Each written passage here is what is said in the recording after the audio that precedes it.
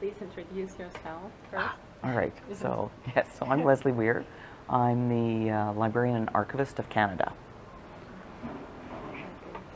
So, Leslie, could you please tell us about the libraries in your country? How do you imagine the modern library? What is it? Well, first of all, I think you have to know that Canada has about 37 million people. And like Russia, we're quite a large country. So from coast to coast, it's 6,521 kilometers. We have 10 provinces and 3 territories. And in Canada, we have about 600 public library systems with 3,000 library branches. And we have about 8 library schools that train about 1,500 new librarians and archivists a year. And to be a librarian in Canada, you need to go to an American Library Association accredited library school. So that gives you a little bit of background. American, right? American in Canada, yes. Yeah. It's a North American approach, so that we can easily have professionals move across the border, and seems to work fairly well for us. So in Canada, the public libraries they follow what's called a community-led model. So they are really integrated into their local community, and they want their library to reflect the needs of the people that live in their towns and villages and cities. And that actually means that when we recruit librarians, we're very interested in their technical skills, but we're equally interested in their empathy and their social skills, because a lot is about the programming we develop to attract librarians, to attract the people into the libraries.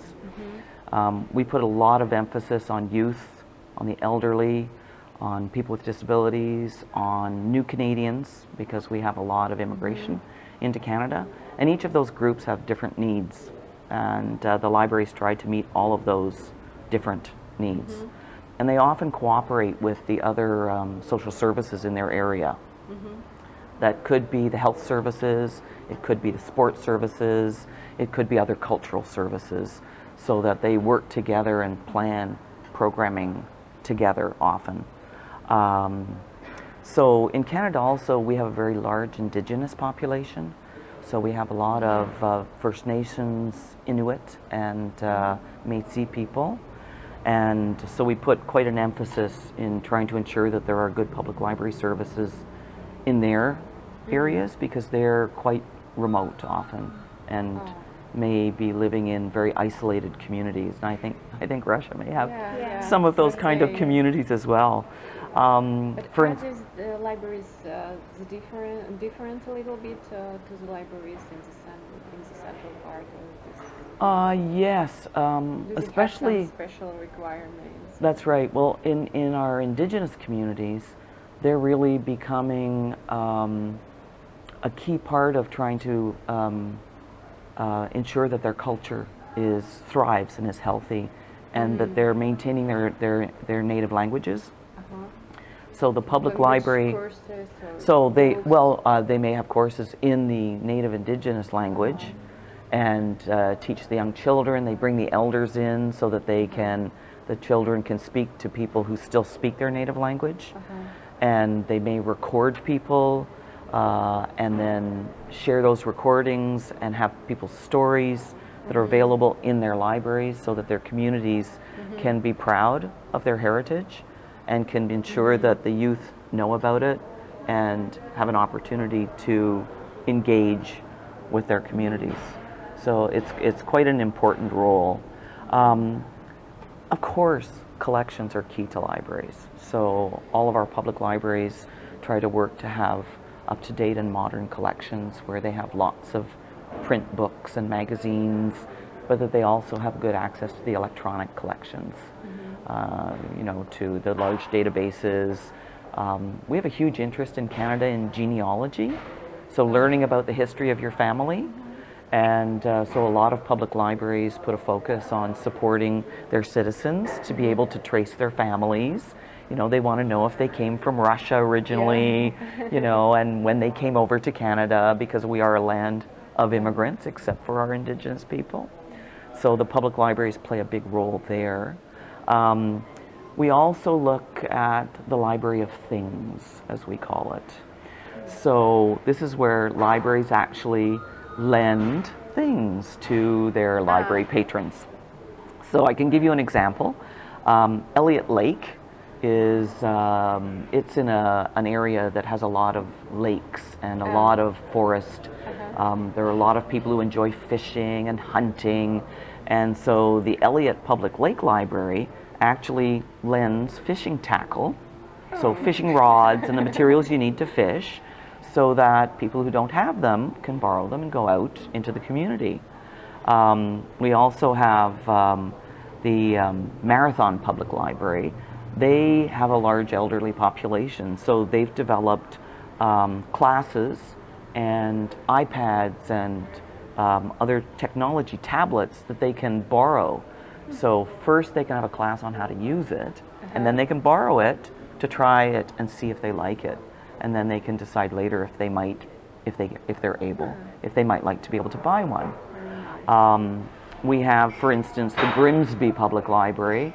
It's in farmland, so the people who are using it are farmers and farmers' children, and so they have a seed library so that you can borrow seeds to be able to plant. How do you return the seeds? The seeds, well, we'll have to talk to the Grimsby Public Library to find out. But you know, once you grow things, you can harvest the seeds. Yeah. You know, and we have all kinds of different examples where, you know, if you're in an area that's about mining, then you have things that relate to mining.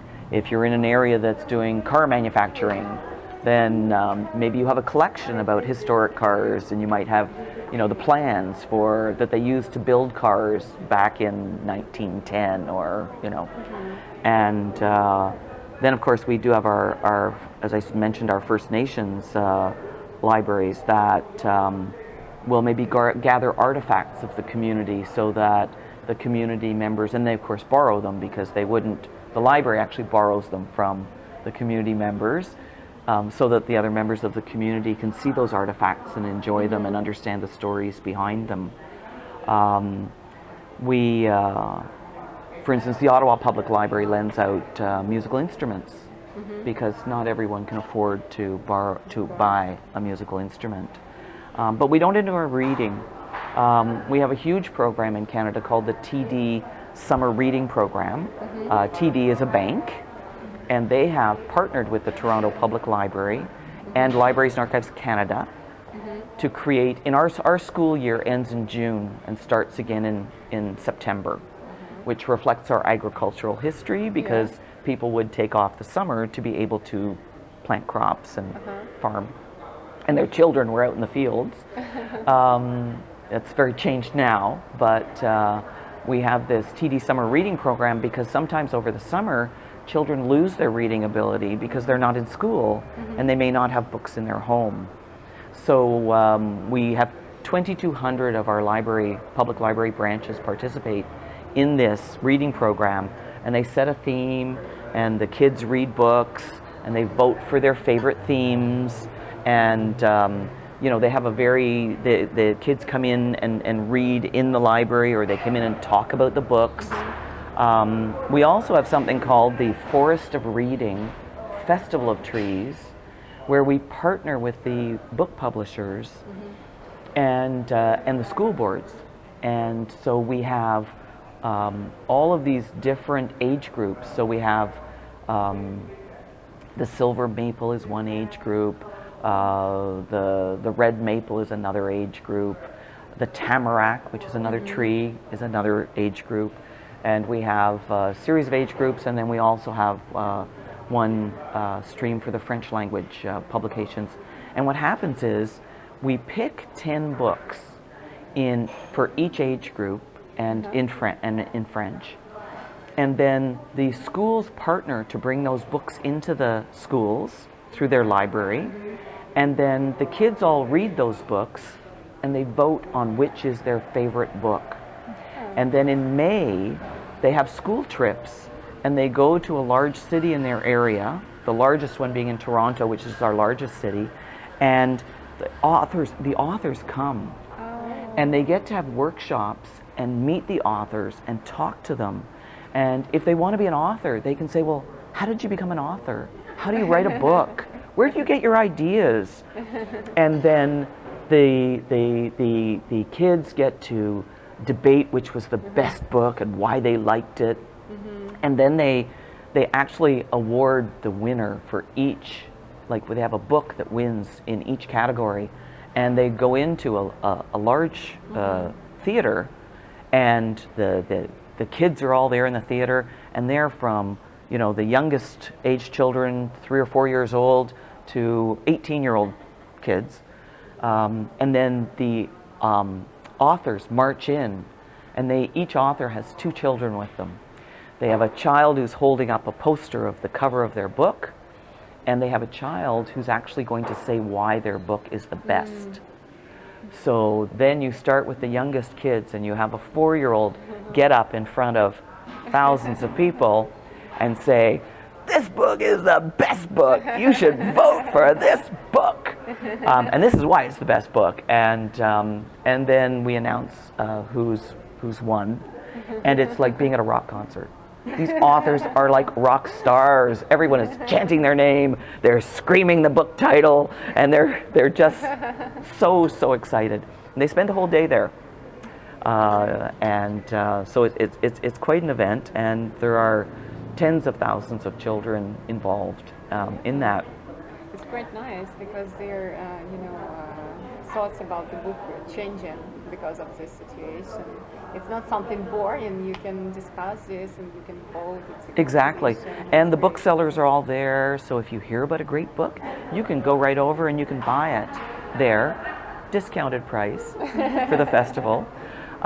So we put a big emphasis on reading, on literacy. We make sure we have activities in the libraries that relate to that. But then we also look at the community and see what other kinds of activities would really serve that community. And in some cases, it might be yoga in the library, or it might be an after-school program to ensure that where children's parents are at work until later in the day, that they may not want to be alone. Maybe they want to go and learn to read, or maybe they want to learn to knit, or maybe they'd like to play a video game. And we try to ensure that the library has programs for all kinds of different people, different times of the day, and that they have spaces that really are welcoming and that aren't storage spaces for books, but are activity spaces for people. I have 2 questions. The first one, how do you decide what kind of library should be in this area? How does it happen? So just the people are coming and everybody's voting, or you make some research? For example, how do you always find the space? Because sometimes the librarians have one opinion and the readers have the other opinion. Definitely, There should definitely. be 1 or, I don't know, 2 who decide. So we've moved into a model that's called user experience design, sometimes called UX design. And so we really look at how we can engage with the users. And we want to engage with the users who come into the library, but we want to engage with the people who don't come into the library so we know why they don't come into the library. We certainly do surveys. We also do consultations where we will put out a lot of information about upcoming opportunities. Come and talk to us. Sometimes we'll have pizza or coffee and cookies to try to make sure people do come. We'll also look at going out. If there's going to be an event, we might go to the schools, or we might go to an event that's being held by someone else where we know we're going to find people. I do know that in some libraries, I know of a library that actually has a bicycle built for 2, and staff go out and ride around the village and invite people to come over today because we're doing something in the library, and they might even wear a costume. to draw attention to them. Or they might set up a pop-up booth. You know, if you're having an agricultural fair or if you're having a music festival in your town or village, they might set up a little pop-up booth and have some things from the library and have staff there to engage with people. So we try to find many different ways, and we involve people in our planning. So we reach out, we do a strategic plan for each library where they look at what they need to accomplish to support their community, but we bring in the people who are going to use the library to help the librarians decide on what they should do for the next year and over the next 3 years and the next 5 years. So we do formalize the process in terms of a formal planning process, and then we also decide how we're going to measure our success. So what statistics and metrics are we going to gather? And they can't just be numbers, because sometimes the stories are very important. What impact did that activity have on an isolated elderly person, you know, who's really shut into their home and is feeling very lonely? So what impact did it have for them to be able to go to the public library and get together with other people and participate in the events? And then we need to take the information that we got and build that into modifying our plan for the next year to be sure that it continues to respond to the community interests and needs. And who supports the libraries financially? In Canada, the public libraries are supported by their municipality and by their province. So there's a certain amount of money that comes provincially and certain supports, perhaps in terms of things like internet access. And then the municipality makes a levy in their when they gather their taxes from their residents, and part of that funding goes to the municipal library. As well, there are sometimes federal grants that you can apply for special things. Perhaps you're trying to increase the employment of you know, younger people, and so the federal government might make grants for libraries to develop training programs to help people develop new skills to make them more employable. So that's another type of partnership that we do, and funding that the libraries receive.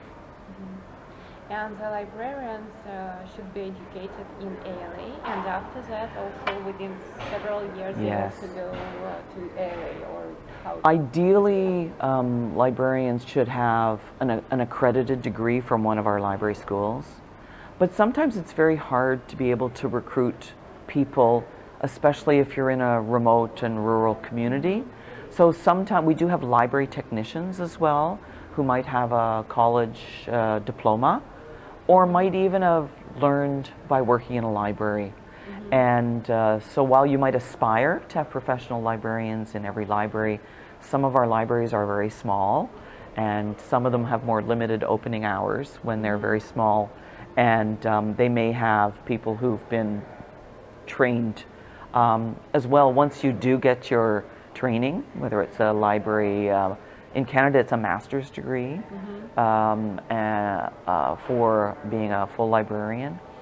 But continuing professional development is extremely important. And so we have conferences. The largest one in Canada is called the Super Conference, which is held every January in Toronto, which is our largest city. And then each province also has a provincial library association, and they host a library conference in their province where they include a lot of professional development. And then we also have the development of webinars that are offered online by our library associations, sometimes by our libraries, and sometimes by vendors who are providing products to libraries. And so that when people can't travel, that they can get access to the professional development materials. We would like to be able to webcast a lot more of what goes on in our conferences, and that's something that we're looking at for the future. And we're very thrilled that IFLA is actually webcasting 6 of the sessions here, and one of them is a session I'm involved with, which is called, and I'm sure your librarians will think, oh, this is something quite interesting. They're looking at love stories in libraries. Oh, I saw that session. Yeah. So it's going to be a great session. Come to it, and if you can't come to it, it'll be available remotely for everyone. But it's looking at the role love plays in libraries. Oh. Librarians love their patrons. They love their people who come into their libraries. And sometimes their patrons meet their husband or wife in a library. Yeah. And sometimes, you know, people love books. People love the activities in their library. And so we're going to highlight all kinds of different love stories. And there's an opportunity actually to share love stories through the New Professionals website on Facebook. So, you know, it's a creative way to look at libraries and to bring people together to talk about libraries. And right now we're finding that what really resonates with people is stories, the stories about people. And that's really helping libraries get improved funding by highlighting stories where they actually talk about someone. They actually say, you know, this is Jill, and, you know, she's this age and she comes from this town, and this was her situation, and this is what a library did for her. And then people can see a face and they go, okay, there's a library user. Because if you say there's 20,000 library users, that's just a number. Yeah, What you want to do is put a face to each of those numbers. That's true. So. You told that 20 years ago the situation was quite different, and your librarians in libraries were more like the libraries in Russia now. And how have you changed this? So how was it changed? I think when we started to have the internet become very broadly available, which in Canada would be back around the year 2000, and they started talking about digital libraries and digital books, and they started saying, we won't need libraries. The libraries will be empty. There'll be no one in them because you'll be able to get everything on the internet. Everything will be digital. Well, the problem is in 2008, the amount of information created that 1 year equaled all of the information that was created by peoplekind in the history of the world. So the volume of information it's too great. There's too much information. People can't find what they need. And we also have research that shows that people absorb better when they read in print. So they actually are able to retain information and use it better when they read in print. So we need a mix of print and electronic. So then libraries realized that they had to be sure they were relevant for more than just providing a book. Even though a book is very important, they needed to be a hub in their community. And so they started looking at their spaces and saying, the spaces should focus on the people, not on the books. But the books should be there because we're a library. And then we should look at being sure that we can have access to the electronics and the digital, and that we can create events and activities in the library that bring the people in. And I can say now we have many, many more people. I don't have the statistics at hand, but millions more visits to the libraries in Canada now than we did when we were focused on lending books. So we've also created spaces for people to meet in libraries where if you have a club that would like to have a space to meet, come to the library, do it in the library. And then you can use the library while you're there, but your group can have a room to meet in. You know, they can access the internet, they can, you know, have interactions with the other people in the library. They can hold events there where they can invite people to come, and that it really does become that community hub. And that has happened over time in Canada, but now I would say that our public libraries are really based on that, on being community-led, in their communities, for their communities, but bringing together the books and the digital and the activities and the space. Over these 20 years, have the librarians got used to this situation? Because sometimes it's quite difficult to move from the situation when I'm caring about the book, but now I should care about the people. So it's quite different model, Yes. and it's quite difficult to got this empathy skills. and That's right, so that's on. right. So how have you trained them, or It's- how have yes. they changed? It has been an evolution over time. It's all about the culture of librarians, and culture doesn't change in a year or in 5 years even. It evolves over time, and it changes too as you bring new people into the profession, and as the people in the profession have opportunities to be able to have more training and to be able to debate and discuss how they feel about those changes, and to look at which ones are good for their community, but in listening to their users, not just in deciding what they think their users need. So we have really tried to integrate that into the education at our schools of information studies, information and library studies. And we have also looked at who we recruit to become librarians. You know, I mean, the first thing traditional librarians say is, I love to read. I love books. And that's important. But we're now looking for people to become librarians who think first, I love people. I like to bring people together. I like to create learning experiences for people. I like to be able to find the right book for this person and, you know, to help them.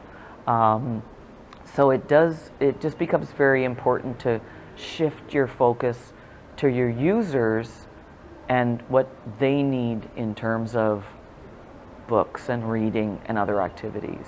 And then also maybe being able to create debates and discussions. If you're in a larger library, then your team can get together and talk about it. And you can listen also, because we have different generations of librarians.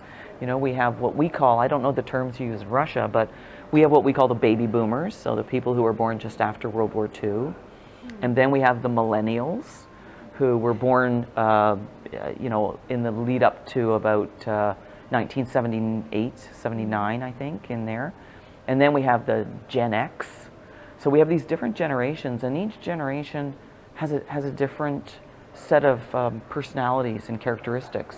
And I mean, we shouldn't be stereotypical and just think a whole generation is all the same. But different things satisfy them, and working in different ways are important to them. So now we see a lot more collaboration and discussion and making decision, sometimes by consensus, and sometimes it has to be decided by whoever is the leader. But you want to engage everyone in your library, all the staff, in those discussions and involve them in how you see your library changing and developing. And it's really important to manage that change. And you can't just tell people to do something and make them do it. They need to believe in it.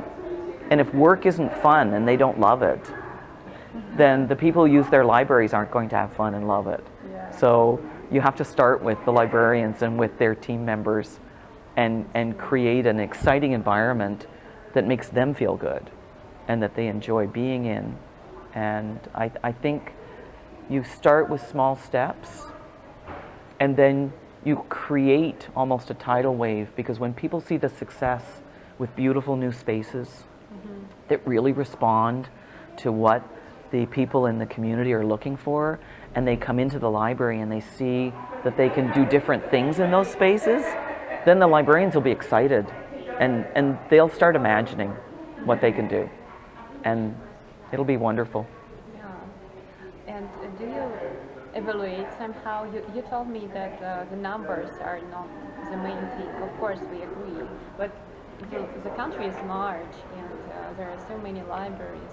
Do you try to evaluate somehow the results and understand this library is not going good, we should help them, or in our country sometimes they are even closing because We've there had are no people, yeah. or We have had libraries close, and can I just say to you, we have 3 provinces that where the provincial government decided to quite radically cut the support to libraries: Newfoundland, Saskatchewan, and Ontario. And because of our model of public libraries, where the communities are so engaged, the communities rose up and they refused to allow the government to cut the funding. And they refused to allow them to close libraries because they said, this library is making our community a good place to live. It is helping us have good, better citizens, and it is helping us have healthier and happier people. So we won't let you close the libraries.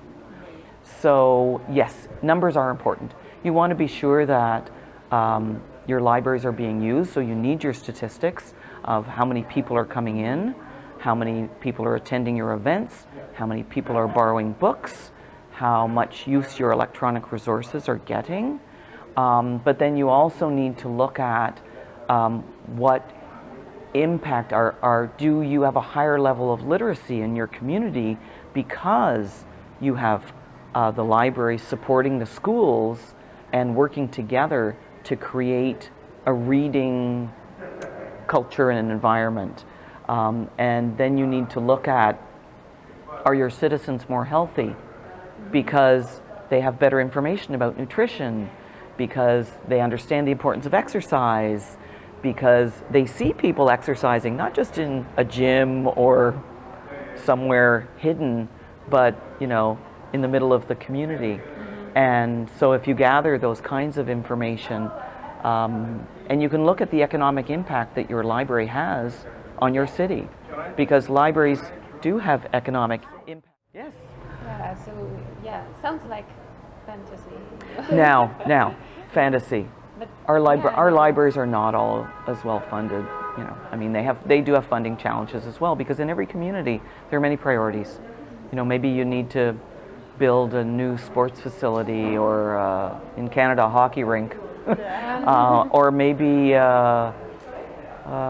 there could be so many things that your community may need, and libraries are always competing for funding. Yeah. The main thing to understand what is needed here in this place, and to provide your society, your community with this.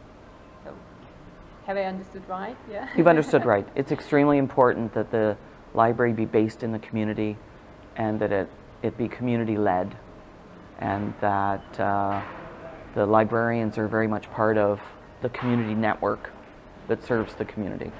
Yes. Great. Thank you very much. We got a lot of useful information. And if you don't mind, could you please wish something to our librarians? Just a simple wish to the librarians who are willing to come to our project and modernize their library and to bring something new. Wow.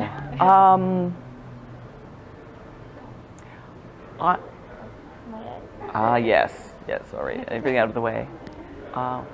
Well, I wish your librarians huge success with their modernization, and I am sure that as the libraries modernize, the people will come, and they will be true centers of their community, and they will be leaders in their community, and that will make their communities successful, and they will enjoy the benefits of having done that, and they'll bring innovation to their community and excitement and enthusiasm, and I think Russia will be a better place for that.